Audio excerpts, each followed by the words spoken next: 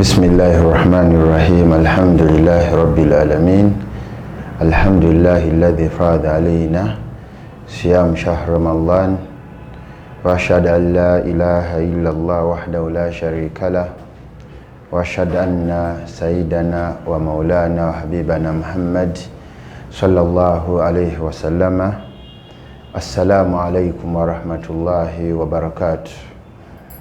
الحمد لله. Allah tumwebaza ow'ekitiibwa ne tuwebaza mwenna abatulaba abatuwuliriza abafaayo okubeera nti inshaallahu taala mweyongera okubeera nti musoma mutusomako ebintu bye tuba tubajjukiza ku ddiini ya Allah. Saba Allah ow'ekisi wabeere nga basasula musera saala ow'ekisi wa Muhammad sallallahu alaihi wasallama yabeera nti yalafuubana nnyo kubeera nti alhamdulillah tulinga bwe tuli abasiraamu. Yalafubana nnyo okubeera nti amateeka gonna gatuukako. Tumusaba Allah ow'ekitiibwa abeere nga amuteekamu abo abamugoberera obulungi ne bakola ebyo byabeera nti asomesa n'okubeera nti alagira inshaallahu taala. Baganda bange mbakuutira okubeera nti tutya Allahu jalla waala. Twongere okuba nti tutya Allah mu kyama mu lwatu mu mbeera yonna n'okweteekateeka nga tweteekateekera inshaallahu taala okukola emirimu emirungi omwezi gwe tugendamu omwezi ogwa Ramadan. Alhamdulillah tuli mu mwezi gwa Shaaban. Ennaku z'omwezi ziri 14 olunaku olwaleero. That means tusigazaayo ennaku ntini nnyo tubeere nga tutuuka ku mugenyi waffe ku mwezi ogw'ekitiibwa omwezi ogwa Ramadan. Naye nga bwe tubadde tugamba mu mbeera yonna yonna mu misomo gyaffe nga bwe twasomesa ogwa Shaaban okubeera nti omuntu yandibadde yeeteekateeka neyeteekateekera n'otegeera. Kiba kirungi nnyo mu ddiini yaffe ey'obusiraamu amateeka gonna ag'obusiraamu nga tonnabeera nti okola ekintu kyonna kyonna okubeera nti otegeera ky'ogenda okukola. That means okubeera nti otegeera tugenda mu kusiba mwezi gwa Ramadan. Oteekebwa okubeera nti tonnasiba otegeera okusiba kutegeeza ki? Otegeera omwezi gwa Ramadan gulina nkizo ki? Otegeera nti Ramadan okusiiba mpagi yakumeka? Okusiiba kuyamba ki? Okwensiiba nfunamu ki? Otegeera butya nga bwe twagamba nti na ibadatu tawkifiya, ibaada zonna ze tukola tulina ozikola nga bwe tulaba nti eswala kuba mbutuufu eswala nga yo Allah yali atugamba aqimu swala wa atu zaka. Yatugamba tu performing eswala tukole neki tubeere nga tutola ne zaka. Naye kaifiya ono y'okujja n'otegeera nti ne rakaziba nnya nabwe ekito ekisibo bwe kiri. Allah atuwandikako okusiba n'atugamba ayuha alladhina amanu kutiba alaykumus siyam kama kutiba ala alladhina min qablikum la'allakum tattaqun. Yatugamba Allah n'atulalikako okusiiba. Naye nabbi waffe Muhammad sallallahu alayhi wasallama najja nga atubeera kaifiya okusiiba butya bwe tulina okusiiba. Abatasiibye nga alina obuzibu bwonna bwonna oba ali mu lugendo oba mulwadde akola atya mu mbeera yonna yonna kubeera nti bwe tuba tugenda ku kintu tulina okubeera nti tusooka ne kitegeera. Osaba Allah ow'ekitiibwa abeere nga atuyamba tukikole nga tukikola mu butuufu bwakyo. Eva tugamba nti mu butuufu emirimu gyaffe gyonna egy'obusiraamu gigenda n'ebintu bibiri. Ate ebintu ebyo bibiri tosobola kubeera nti obituukako okuggyako ng'otegedde ensonga gy'ogendamu. Al-ikhlas wal-mutabaati nabiyina Muhammad sallallahu alaihi wasallama. Okukola omulimu gwonna gwonna ng'okola lillah, n'okola ng'okola kura Allah, okola ng'osuubira thawabu min Allah nti empeera zonna zonna ze ngenda ofuna zigenda kuva eri Allah. Weeteekateekera okusiiba. Naye okusiiba kw'ogenda okweteekateekera ogenda siiba woba mukyalo, ogenda siiba bbaawo akulabe, woba mwami ogenda siiba lw'abantu nti bonna bonna bususaate gy'olimu basiiba, ogenda siiba lwani? Beera ng'okimanya nti n'ogenda siiba ng'osiiba kura Allahu jalla waala. Kuba wano etugamba nti mu butuufu twandibadde essaawa zino nga tweteekera okusiiba tusiiba nga tukuze niyya nga tusaba nnyo Allahumma aslih niyyati, Allah longoose niyya yange nze agenda okusiiba.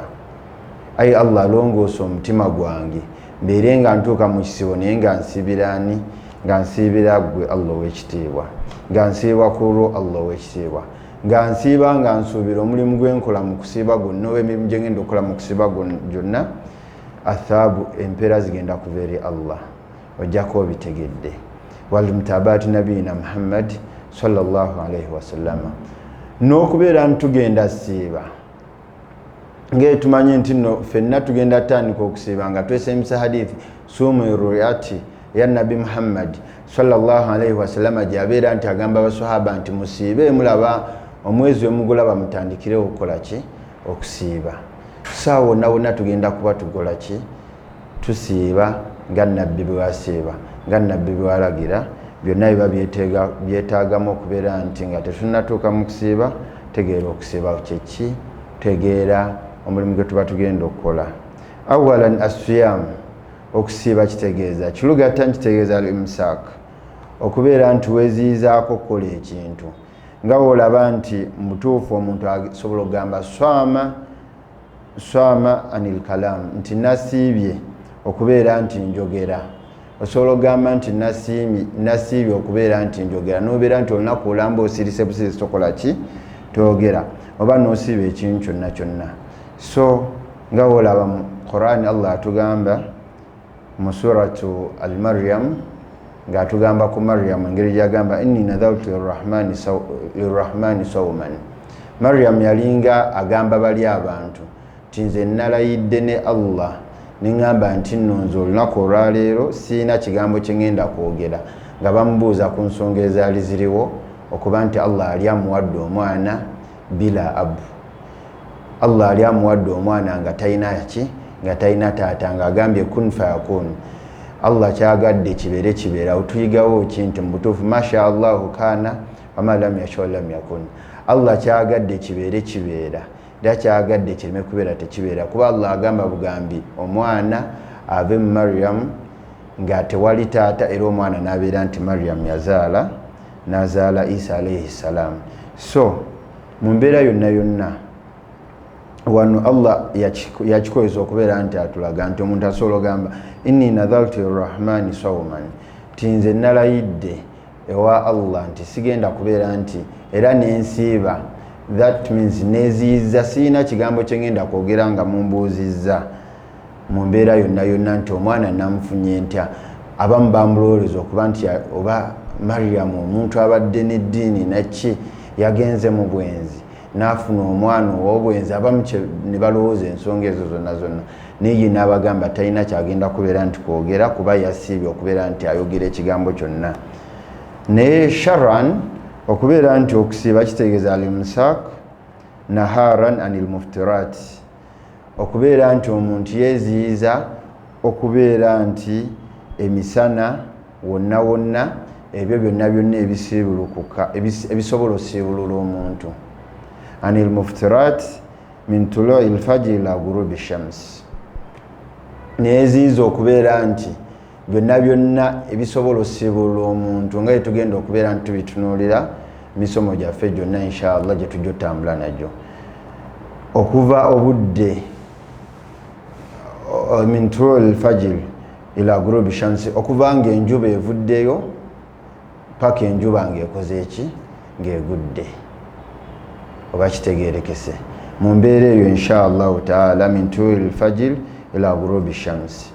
Nga mulaba nti Allah ow'ekitiibwa yabeera nti atugamba mu rukun, mu mateeka, mu mpagi ey'okusiiba, empagi enkulu ennyo, kitegeeza al-imsakan shahwati al-batan, okubeera nti mu butuufu omuntu obwagazi bwange obw'olubuto enjala ebeerawo ng'ekuluma ng'osobola okubeera nti olya naye n'ogamba tosobola kulya olw'okuba nti wakoze eki? Wasiibye. Oba tosobola kunywa kuba oba wakoze eki? Wasiibye. Shahwati al-batan wal faraj, n'okubeera nti obwereere bwo era nabwo buba bwasiibye ng'obuziyizaako okubeera nti bukola ki? Busiibulukuka. obuziyizaako okubeera nti bukola ebintu ebisiibulula inshallah taala. So mu mbeera yonna yonna mu mpagi enkulu nga wonalaba nti kino oba tokikoze oba tosiibye, naye bw'okikola oba okoze eki oba osiibye. So wenneeziyiza olubuto lwange n'omumwa gwange okubeera nti nnyingiza ebintu oba ndya ebintu obwagazi bwange obw'olubuto, nenneeziyiza okubeera nti ndya oba nnywa oba nkola emirimu gyonna egiyinza okubeera njinviirako okubeera nti nsiibuluka, awo mba nkoze eki oba nsiibye. Oba nenneeziyiza obwagazi bwange obw'ebifo byange ebyaki eby'ekyama obw'obwerere bwange, nenneeziyiza okubeera nti ngenda kwegatta ne mukyala wange mu nsonga z'obufumbo, nenneeziyiza okubeera nti mu mbeera yonna wemba mukyala nenneeziyiza okuba nti ngenda kwegatta n'omwami wange mu mbeera ez'obufumbo. Olunaku naharan emisana wonna okuva min tulul fajr ila ghurubi shams paka enjuba bwekola ki paka enjuba bwegwa, awo mba mubasiibye. Naye wazada al-malikiya aba madhhab ga Imam Maliki n'aba madhhab ga Imam Shafi bayongerako empaji endala ey'okubeera nti anniyatu, okubeera nti omuntu alina okuleeta enniya eyo mu kiro. So kiba kyankizo nnyo, ndowooza etujja kuba twakula ffenna tukimanyi nti mu butuufu bwe twakulira wonna ng'omuntu oba onaasiiba batuzukusanga ssaawa 7 ogw'ekiro olusi ssaawa 6 nga yo mulyaddaako, naye nga bagamba sooka oleeta enniya nawayitu, n'oleeta enniya nti nze ndeese enniya ey'okusiiba olunaku olw'enkya. Naye nga kiri sunna okubeera nti enniya ogireeta ng'ogireeta nga tonnaba kukola ki mu kiro, enniya ey'okusiiba olunaku olukola ki oluddako inshallah taala. So mu mbeera eyo mu bufunze okusiiba kitegeeza ekyo. Naye adilla nnyingi nnyo ezitulaga butya azaman asom okusiiba kutandika ddi. Okusiiba kutandika min tulul fajr ila ghurubi shams, era kutandika mu mbeera yonna eraga nti nno butuufu okusiiba kutandika ng'enjuba ng'ebiseera bya fajiri bituuse. Ebiseera ebya fajiri olaba nti bituuse, okusiiba kuba kukoze eki min tulul fajr ila ghurubi shams, paka ng'enjuba egenda kukola ki paka ng'enjuba ebiseera ebya magribi bituuse. Era wobanga tugeze baganda baffe olwo baganda baffe abali mu nsi ezitali nga Uganda, kwa Uganda ebiseera ebisinga obudde bwaffe bufaanagana nnyo n'obudde bw'e Saudi, oba n'enjuba tuba tukola ki tugiraba. Naye waliwo abantu nga balina ebiseera nga biwanvu, nga tugeze oli ayina, waliwo ensi nga ziyina kumpi essaawa 18, essaawa 18 zonna ng'enjuba ebeera tennakola ki, ng'enjuba ebeera tennagwa, ng'enjuba erwawo okugwa, nga magaribi erwawo okutuuka. Mu mbeera yonna abo tubagamba beere nga bagoberera ebiseera eby'ensi ezibaliraanye ezibali okumpi, oba si kyekyo bagoberere azin obudde obw'e Makka babeere nga basibulukira mu budde obwo, era babeere nga batandika okusiba kwabwe mu budde obwo. Allah ajja kuba nti abasaasira inshallah taala. Wal adilla nyingi nnyo. Allah atugamba mu Quran, washrabu hatta tabayyana lakum alkhayt alabyad min alkhayt alaswad min alfajr. Era ni nabbi waffe Muhammad sallallahu alayhi wasallama yatugamba inna Bilal yu'adhin bilayl fakulu washrabu hatta yunadi ibn ummi al-maktum. Nabbi waffe Muhammad sallallahu alayhi wasallama yabeera nga atulaga obudde obwo azaman, nti obudde omuntu atandikira okubeera nti asiiba, era we tunaaba tunywa tujja kutunira nti omuntu okubeera nti akeerewo okulya ddaaku kiri sunna, ate okubeera nti oyanguyiriza okusibuluka nakyo kiri sunna, ofunamu empeera. So mu mbeera eyo yonna yonna wanu batulaga washrabu hatta tabayyana lakum alkhayt alabyad min alkhayt alaswad min alfajr, okuba nti olya akaseera paka woolabira ddala nti mu butuufu obudde obwaki obudde obwa fajiri butuuse. Kyobalanga mweno hadithi Bilali yali ayazinanga mu kiro, then Ibn Ummi Maktum nayazinanga ku fajiri, kuba ye yazinanga bamaze mugamba, kuba ffenna kimanyi bulungi tino yali muki yali muzibe. So Bilali yalabanga obudde nga bukyali bwa kiro n'ayaziina ono paka yayaziinanga ne bategeera nti obudde butuuse obwakola ki obwaddako okubeera nti egwako. Namfaidi siyam, ebirungi ebiri mu kusiiba. Twagambye omuntu yandibadde yeteekateeka, naye nga weteekateekera okusiiba olina okumanya nti okusiiba kulimu obulungi bungi, era tetusobola kubeera nti tumalayo ebirungi ebiri mu kusiiba. Awwalan, ekirungi ekisooka byetufuna mu kusiiba taatullahi taala, kubeera nti ogondera Allah.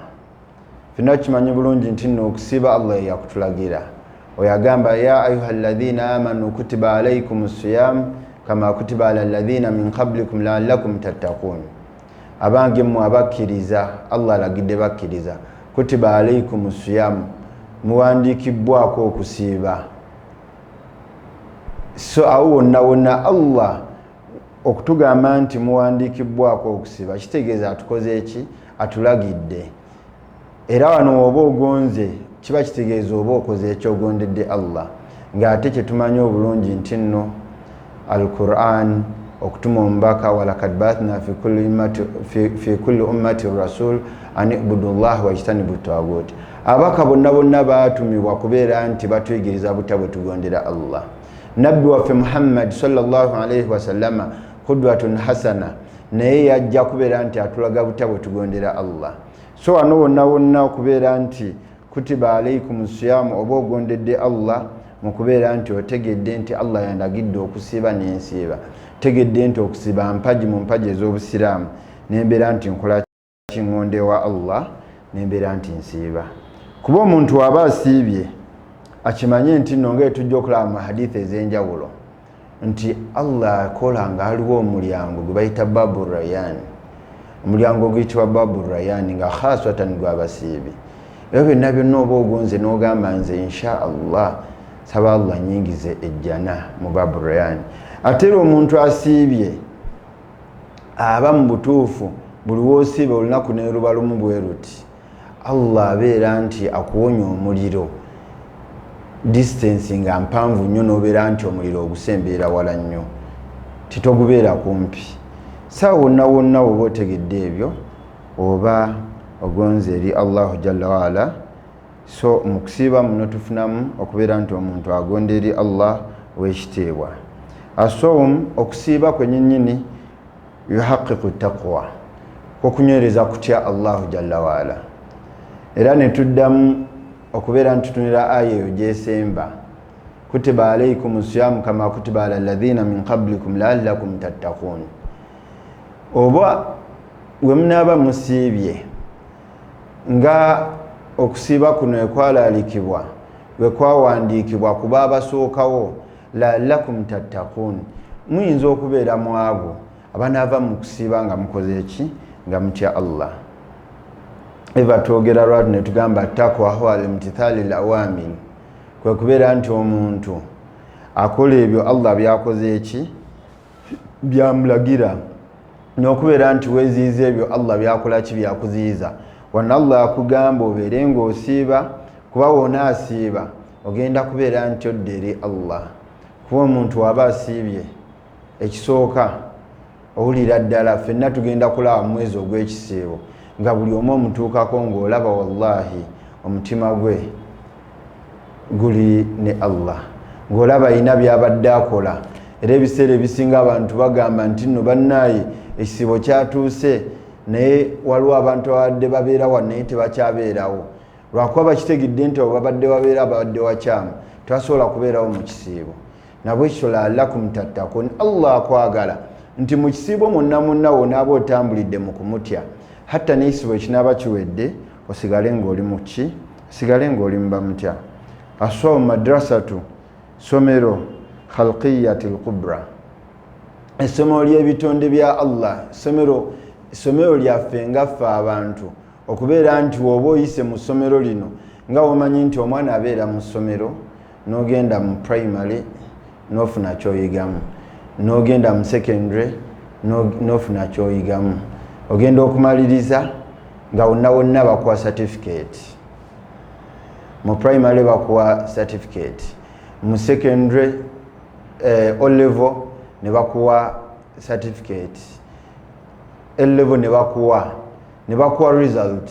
So wano omuntu waba yingira woba oyingira omwezi gwe twetekedde ffenna ogwa Ramadan, manya nti nno oyingirira essomero lyogenda okuvaamu either ng'oyize oba nga toyize. Bangi mu bo era nga bemulaba okusoma, era nga bemulaba kati tuli mu kaseera nti ebya senior 4 byakomyewo, naye results mu butuufu zabadde enzibu zakutegeera. Aliwo abamu nga results tetwazitegedde bulungi. Result 1 waliwo abali mu result 2 okusinziira nga ebyabadde, naye nga we babinnyonnyodde era mulimu ababadde ne result nga result gye babadde nabo ate bakoze eki, yabadde result mbi bakoze eki, bagudde. Ng'emwawulira ebibuuzo ebya primary, era waliwo abayita, waliwo n'abakola ki n'abaagwa, era waliwo abayita obulungi excellent, ababa ne mu mutaazo, waliwo ababa ne gyeyijjidde abagezaako. Kati wano omwezi gwe tugendamu tukitwale nti tugenda mu ssomero, tugenda mu university gye tusobola okubeera nti tuvaamu nga either tuyise oba nga tetuyise. Gy'osobola okubeera nti ovaamu either nga gwe ofunye mu mutaazo obadde excellent oba nga obadde awo bayina obadde awo ogezezzaako bugeza. So mu kweteeka kwaffe inshallah taala tubeere nga twetegeka ffenna tugende mu ssomero lye tugendamu nga tumanyi nti inshallah taala tugenda kubeera bawanguzi era tugenda kuwangula era tugenda kubeera nti tuli basiimu nti Allah agenda tusiima. Okusiiba kuno kumekinga okubeera nti al amaana kuyigiriza omuddu abasiibye al amaana okubeera omwesigwa wa muraqabatullahi fi sirri wal alan, n'okubeera nti okitegeera nti Allah aba akulaba mu lwatu, mu kyama, mu busirise bwonna. So omuntu yenna aba asiibye yandibadde akitegeera, kuba mu butuufu omuntu asiiba n'ennaku zino ez'essunna, omuntu asiiba ye n'omusanga nga wallahi yasiibye, naye nga ayina waabeera ng'ali yekka ng'asobola okuteekayo Rolex ennamba. Omuntu aba asiibye naye nga ku makya asobola okwekwekamu n'alya Rolex n'akoma wano n'atugamba nti akoze eki, asiibye. Naye engeri gy'aba akimanyi nti nno Allah murakaba, nga tumanyi nti Allah mu butuufu woba wonna wooli kimanyi nti Allah akulaba, mu mbeera yonna gy'oyisaamu kimanyi nti Allah waali, Allah akulaba. So mu mbeera eyo omuntu asobola okuba nga insha Allahu taala waba asiibye akitegeera nti Allah waali, Allah murakaba. Saagenda okuva mu kisiibo muno mwabadde yeerekereza okubeera nti akola emirimu gyonna, agezaako okukola emirimu egimusembeza eri Allah. Tugenda kulaba emizikiti nga gijjula mu kisiibo, naye tegirina kujjula mu kisiibo kyokka. Tugenda kulaba abantu nga subuhi zijjula, magaribi zijjula, isha abantu ekiro kyonna nga bayimirira ng'amanyi Allah abali kumpi, Allah abalaba. Banne tukimanyi nti n'ekisibo ekiba kiwedde Allah sero abaawo ng'atulaba. Allah ffe gwe twesinza mulamu, tabeera mulamu mwezi gwa kisiibo gwokka. Huwa alhayyu qabla kulli hayyu, huwa alhayyu fawqa kulli hayyu, huwa alhayyu la ta'khudhuhu sinatun wala nawm, huwa alhayyu laysa kamithlihi hayyu. Yo Allah ffe gwe twesiiga, gwe twesinza mulamu, era ali mulamu ng'ebitonde byonna ebiramu tannabiteeka ku nsi, era ye mulamu gwe tumanyi atasumagira, era ye mulamu agenda okubaawo nga ffe n'ebitonde ebiramu amaze otujjamu emyoyo. So yoyo Allah waffe agenda okubeera n'essaawa zino tukimanye nti mu kisiibo. Kati wano omuntu waba asiibye mu butuufu akiraba nti nno Allah ndaba, Allah sigenda kutambulira mu nsobi zino ze mbadde nkola, n'atereeza. Nabwe kityo twekubiriza nti nga tulinda omugenyi waffe ow'ekitiibwa omwezi ogwa Ramadan, tugezeeko okubeera nti tukitegeera nti Allah owa shaban wa ramadan wa shawwal wa dhulqada wa dhulhajj emyezi egy'obusiraamu bwe twagiyitamu agenda kubeera nti asigala twakaba ebyo byonna byonna tubiyiga mu kubeera nti tusiiba n'ebintu ebimu ebirala bitulaga obulungi bw'okusiiba fawaidu lwaki tusiiba rukun min arkanul islam mu mpaji ez'obusiraamu mulimu empaji ey'okusiiba nga tumanyi nti no bunya al islaamu ala khamsa empaji z'obusiraamu ziri 5 mu mpaji ezi5 mulimu okusiiba omwezi ogwa ramadani ate empaji ziba nkulu nnyo nga bimanyi shahadatan la ilaha illallah anna muhammadan abduhu wa rasuluhu omuntu okkiriza nti teri asinzibwa la maabudu bihaqi illa allah empaji esooka wa iqamu swala okubeera nti omuntu akola kyayimirizaawo esswala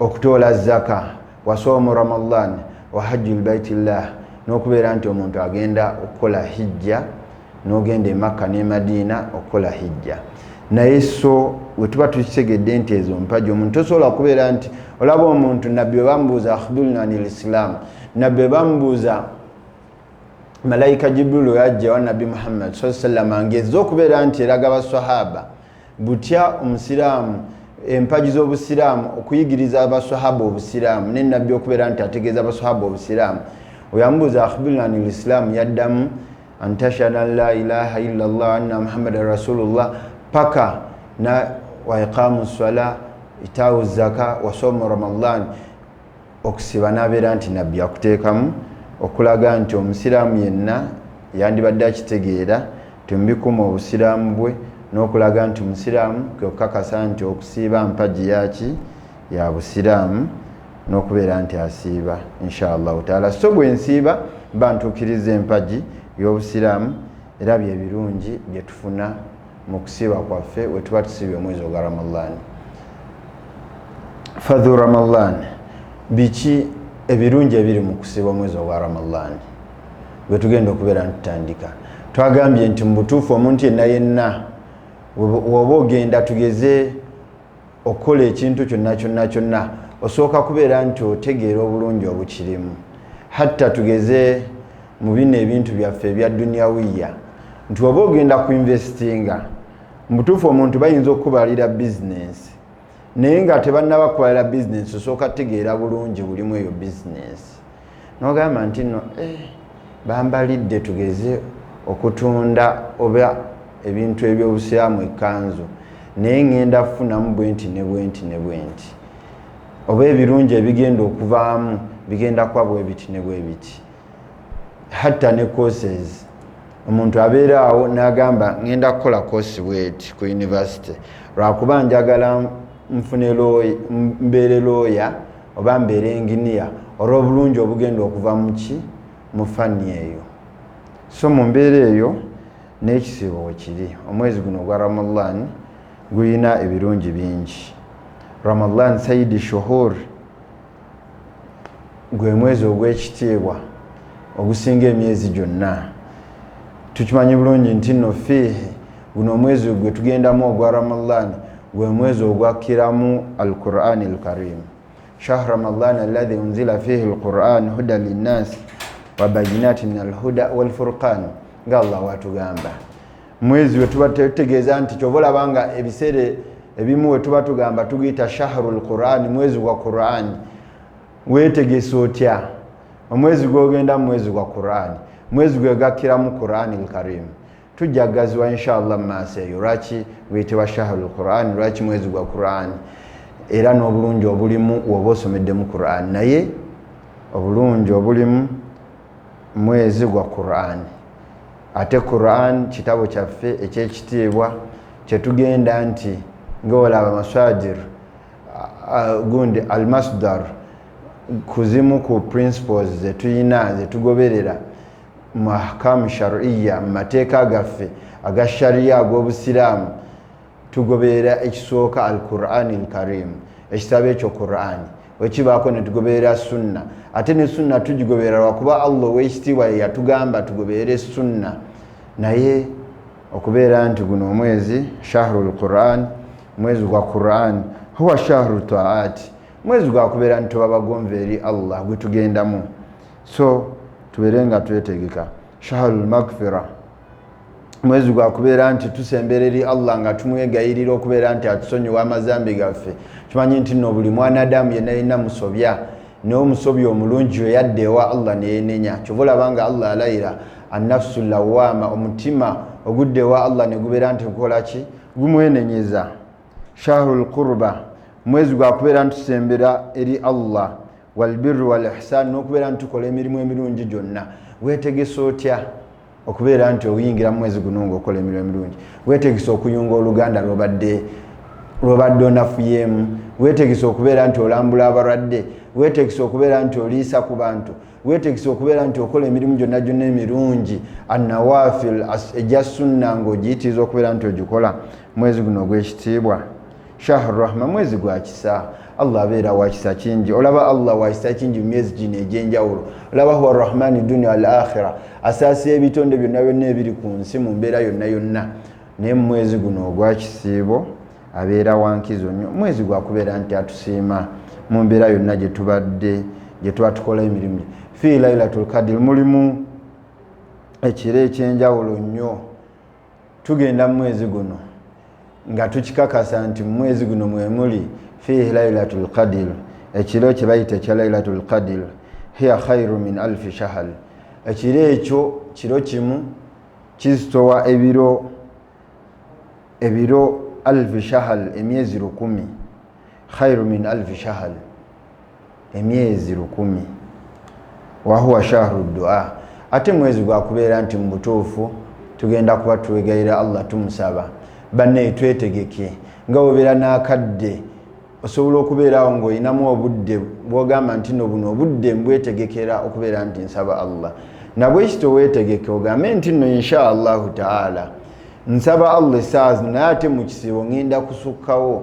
Era weetegeke ogambe nti ebiganya omwaka byonna insha Allahu taala byonna bijja kuta mu kisiibo. Huwa qadhi al hajat. Allah yatumayira ebyetaago byaffe byonna. Weetegeke abaagala obugagga, abaagala emmaali, abaagala obulamu obulungi. Omwana abakubuze weetegeke mu kisibo insha Allahu taala wona aba osabye ng'osabye mu nsaba ennungi Allah agenda mukuwa. Obwavu Allah ayinza okuba nga akyakutaddeko obwavu ng'okyali mu baavu. Weetegeke nti insha Allahu taala mu kisibo ojja kusaba Allah obwavu bubeere nga bunvaako, Allah abeere nga nteeka mu bugagga. Allah talina kyafiirwa. Kyova olabanga mu sunna za Nabbi Muhammad sallallahu alaihi wasallam hadithi nyingi nabbi nga ategeeza sayyidi shuhur shahr ramadan wa sayyidi al-ayyam yawm al-jum'ah.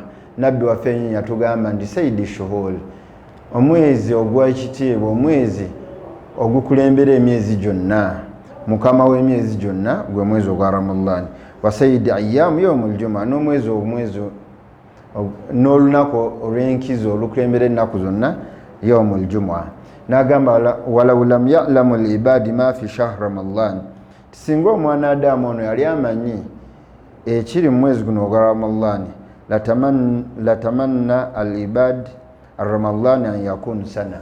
Muntu yandibadde asaba nnyo, yandibadde agamba kale singa omwezi guno singa tusibye mwaka mulamba, singa omwezi guno gubadde mwaka mulamba nga gwensiiba nga gwenkola emirimu emirungi. Singa omuntu yali amanyi obulungi obuli mu Ramadan yandibadde tasanyuka nga omwezi gwa Ramadan guggwako, wabula yandibadde agamba singa gubadde mwaka mulamba olw'ebirungi ebibaamu mwezi ogwa Ramadan. Mahadithi wa Ubaada bin Samit radiyallahu anhu atugamba anna Rasulullahi sallallahu alayhi wa sallam qaala yawma qad hadha Ramadan. Nabbi yagamba Ramadan yali etuuse, ataakum Ramadan shahrul baraka. Yagamba basahaba nti mutuufu omwezi ogwa Ramadan gutuuse, omwezi ogw'emikisa. Albaraka fenna banne fi dunya tunoonya baraka. Kyobolanga Allah tumwebaza okubeera nti yatusiimira mu biramiso bye yatusiimira assalamu alaikum wa rahmatullahi wa barakatuh. Bakubiriza abatulaba wano ku Labaika Islam Media tibannaye afshu salam. Bintu ebimu nabbi byagamba tubeere nga tuyitiriza, awala adullukum ala shay'in idha fa'altumuhu tahabbtum. Yatugamba nti bannaye mbabulireyo ensonga yonna bwe munyaba mugikoze mujja kwagala tahabbabtum n'abagamba sahaba afshu salam bainakum musasanye salamu mwetole salamu najja yenyinyi nabbi waffe Muhammad sallallahu alayhi wasallama ng'akatuuka e Madina abalamula ya ayuha nnas abange mu abantu afshu salam yabagamba okuyunga oluganda n'okubeera nti basasanya salamu era n'abalaga obulungi n'okuba nti Allah yennyini yatusiimira ekiramuso ekyo kuva ku nabbi waffe kuva ku jjajjaffe Adamu alayhi salam nga kyekiramuso ekituufu assalamu alaikum wa rahmatullahi barakatuh. Ekiramuso ekyo kirimu okubeera nti omuntu asabira munne baraka. Ani ataagala kubeera nti asabira munne baraka? Ani ataagala kubeera nti abeera n'emikisa? So albaraka bannayi, omwezi guno gwe tugenda okuyingira shahrul baraka, mwezi gwa mikisa. Omuntu osobola okubeera n'omukisa, fenna tukiraba wallahi mu business fenna ze tukola, omuntu abeera ne sente nga nyingi n'akola business ye nga tugeze ya mitwalo ng'ebiri ejja dola, oba ya mitwalo 3 ejja dola, oba ya mitwalo 1 ogwa dola, oba ya mitwalo 10 ejja dola, n'omulala nga Allah amuteera baraka mu 2,000 zokka eza dola. Hatta Allah omuntu asobola okubeera awo ng'olaba omuntu business ye asuubula tugeze oba magirita naye nga wallahi ge bayita bugirita nga mwagagaalidde. Muntu asobola okubeera nti ye kyakola mu kikuubo omwo mulimu abantu bali mu kyakala. Olaba obuntu ng'obw'omuzannyo mu swiiti, abamu bagagaalidde mu swiiti gwe gwolaba ngwaki n'ogamba naye gwe omulala ng'oli mu bintu bya bbeeyi naye nga mu butuufu naawe Allah ng'oli omulaba Allah amuteerawo baraka. Omuntu abeerawo n'omudaala mu owino n'omudaala mu katale konna naye nga Allah barakaati ze zonna aziteekaawo nga n'aweerera abaana n'azimbamu ennyumba n'akolamu buli kyabugagga ky'omanyi naye nga mudaala gwe gw'alina mu owino oba gw'alina mu katale ak'ennakasero. So bannaye mbakubiriza wonna w'oli nga tonnaba kusooka gamba nti no wendi tewakola wendi wafu, sooka osabe Allah sewo baraka, Allah agenda kusawo baraka. So omwezi gwe tugenda mu shahrul baraka, mwezi gwa mukisa nga nabbi wagamba bannaye ataakum ramadan shahrul baraka yakhshakum Allahu fihi fanzur rahmat. Omwezi ogwo Allah mu butuufu ajja n'abeera nti ekisa kye kitubuna, okusaasira kwa Allah baraka, mwezi gwa kusaasira. Kyova olaba nga tulina okubeera nti twesiima nnyo ffe abasangibbwawo ova ffe insha Allah nga tusaba nnyo Allah Allahumma barik lana fi Shaban wa baligna Ramadan, ne tumusaba Allah insha Allah omwezi ogwo gutusangewo kuba mwezi gwakubeera nti Allah abeera musaasizi nnyo era nga wali omusaasi naye kwolwa ekisa kye kiba ky'amaanyi nnyo, kiba kingi nnyo, era n'okusonyiwa ensobi zonna, ensobi ennyingi ennyo omuntu z'aba akoze. Allah asonyiwa nnyo mu mwezi ogwo gwa Ramadan. Wastajibu fihi dua, nabbi nawongera bagamba nti mutuufu mu mwezi guno ogwa Ramadan Allah ayanukulamu nnyo edduwa z'abantu. So nga bwe twabadde tugamba twetegeke nnyo okubeera nti tugenda kusaba Allah abeere nga akola ki, atuwa byonna bye twagala okubeera nti atuwa. Faidha sa'alta fas'alullah, oba osabasaba Allah, oba weesigamire Allah, oba olina embeera yonna eganye gamba innama ashku bathi wa huzni ila Allah, embeera yonna ensonga zonna ofawidhu murana ila Allah inna Allah basirun bil ibad. Ensonga zonna weetegekera nti ogenda zisaba Allah, Allah ajja zikuyamba. Nabbi nongera amaaso wanzurullah ila tanafaskum, Allah n'abeera nga atunuulira competition azina okulafubana kwaffe engeri gye tukompitinga. Fenna tugenda kutuuka mu Ramadan tubeere nga tugezaako okukola ki, okompitinga mu kukola emirimu emirungi. So Allah abeera atunuulira ensonga ezo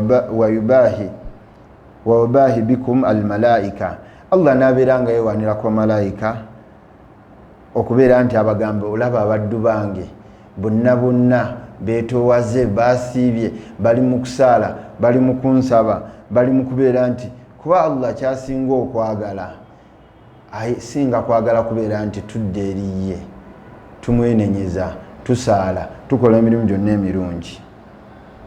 So omuntu yenna yenna nabbi waffe Muhammad yongera maaso n'agamba omuntu yenna yenna abatafunye bulungi buli mu Ramadhan Allah aba wallahi aba afafanigibwa aba mu butuufu Allah aba amuggyeko ekirungi ekyamaanyi ennyo kyatasobola kubeera nti afumiitiriza. Nabwe kityo tusaba Allah abeere nga insha Allahu taala atusangisaawo Ramadhan ate tubeere nga tuli mu abo Allah bagenda okusiiba.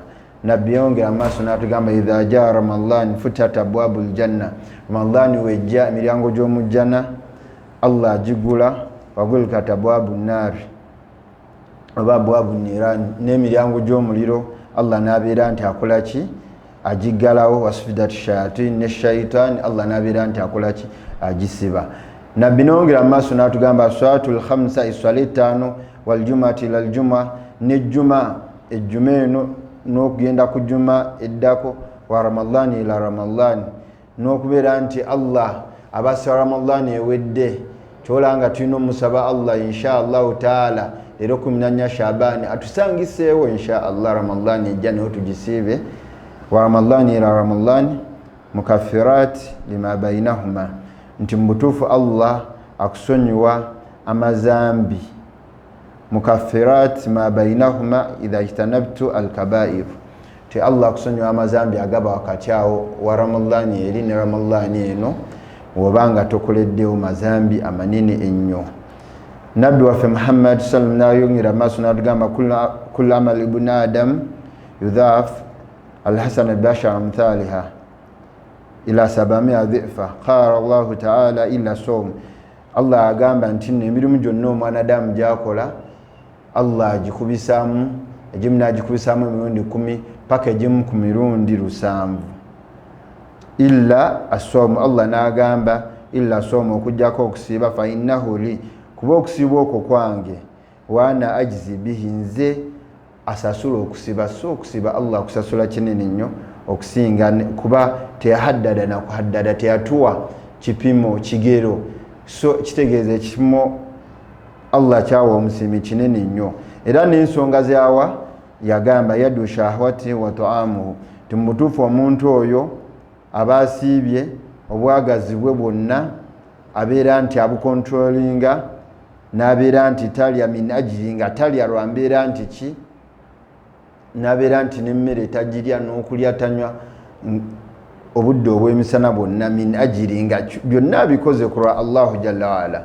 Kuba abeera asobola okwekweka mu ibada ezimu, ibada nga olaba soomu yeeraga nti n'omutuufu omuntu asobola okukola omulimu nga guli baina al abdi wa rabbi, omuntu asobola okukola omulimu nga guli wakati we ne Allah ow'ekitiibwa, guli wakati wa Allah naye.